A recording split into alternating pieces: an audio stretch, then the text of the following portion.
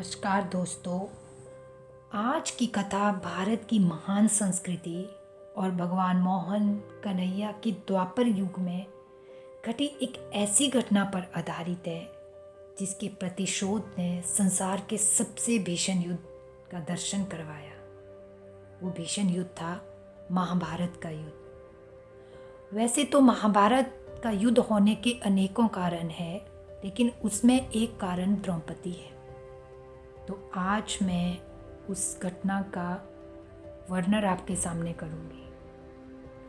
जब पांडवों ने हस्तिनापुर छोड़ दिया तब उन्होंने इंद्रप्रस्थ राज्य की स्थापना की, और जब राजा ने अपने नए राज्य की शुरुआत की तो एक बड़े यज्ञ का आयोजन किया। युधिष्ठिर ने सभी राजाओं को आमंत्रित किया। उन्होंने अपने छोटे भाई दुर्योधन को भी बुलाया। जब दुर्योधन वहां पहुंचा तब दुर्योधन ने उस भव्य महल को देखते ही आश्चर्यचकित हो गया। वो सारे महल में घूमा और उसकी भव्यता को देखकर एकदम हैरान रह गया। वो घूमते घूमते अचानक एक ऐसी जगह पहुंचा जहां उसे एक पत्थर दिखा जो कि पानी था, पर वो दिखता बिल्कुल पत्थर की तरह था। उसे लगा कि वह पानी है और वह उससे टकरा गया। जैसे ही वह उस पत्थर से टकराया वो नीचे गिर गया।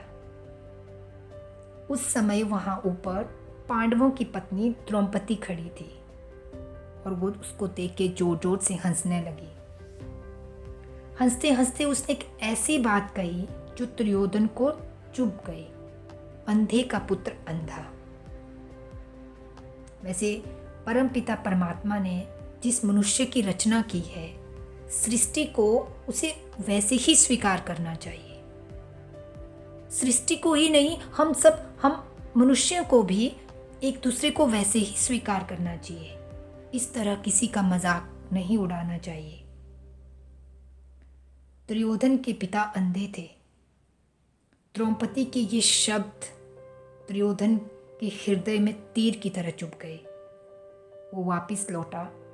उस दिन से उसके मन में पांडवों को नष्ट करने की योजना बनने लगी कि मैं पांडवों को कैसे नष्ट करूं, कैसे उस हंसी का बदला लूं। वैसे दुर्योधन के मन में जो कुटिलता थी, उसके सबसे बड़ा कारण था उसके मामा शकुनी। उसका शकुनी मामा हमेशा उसको गलत सलाह देता था। दुर्योधन जो भी गलत काम करता था, शकुनी मामा हमेशा उसका साथ देता था। जब दुर्योधन ने शकुनी मामा को ये बात बतलाई तो मामा कहते हैं, भांजे, हमारे पास बहुत बड़ी सेना है, इस सेना को ऐसे व्यर्थ मत गवाओ। पांडवों को युद्ध के लिए आमंत्रित करो। तुम सबसे पहले उनको प्रलोभन देकर पहले जुए के लिए आमंत्रित करो। मेरे पास जो सिद्ध पासे हैं, मैं उस पासों से उनका खेल निपटा लूंगा। जो तुम्हें चाहिए वो तुम कर लेना। जब वो जुए में हार जाएंगे, जब तुम्हारे मन में जो होगा वो तुम उनके साथ कर लेना। ठीक वैसे ही दुर्योधन ने अपने मामा की बात मानकर पांडवों को प्रलोभन दिया और सारे पांडव उस प्रलोभन में आ गए। और ठीक निमंत्रण के बाद जुआ खेलने हस्तिनापुर पहुंचे। खेल शुरू हुआ। जैसे जैसे खेल शुरू हुआ, आगे बढ़ता गया, युधिष्ठिर अपना संपत्ति, राज्य सब हार गए। जब कुछ ना बचा तो युधिष्ठिर ने अपने भाइयों को दांव पे लगा दिया, और जब वो भाइयों को भी हार गए तो उन्होंने अंत में अपनी पत्नी द्रौपदी को दांव पे लगा दिया। दुर्भाग्य से वो द्रौपदी को भी हार गई। जब वो द्रौपदी को हार गए तब दुर्योधन को अचानक अपने अपमान का एहसास हुआ। उसको द्रौपदी की कही हुई वो बात याद आई, अंधे का पुत्र अंधा। उस समय सारे पांडव और द्रौपदी दुर्योधन के दास बन चुके थे। फिर दुर्योधन ने अपनी सारी हदें पार की। अट्टहास करता हुआ, हंसता हुआ उसने दुशासन को आदेश दिया, जो उसका छोटा भाई था, कि उस अहंकारी द्रौपदी को बालों से घसीटते हुए यहां लाया जाए।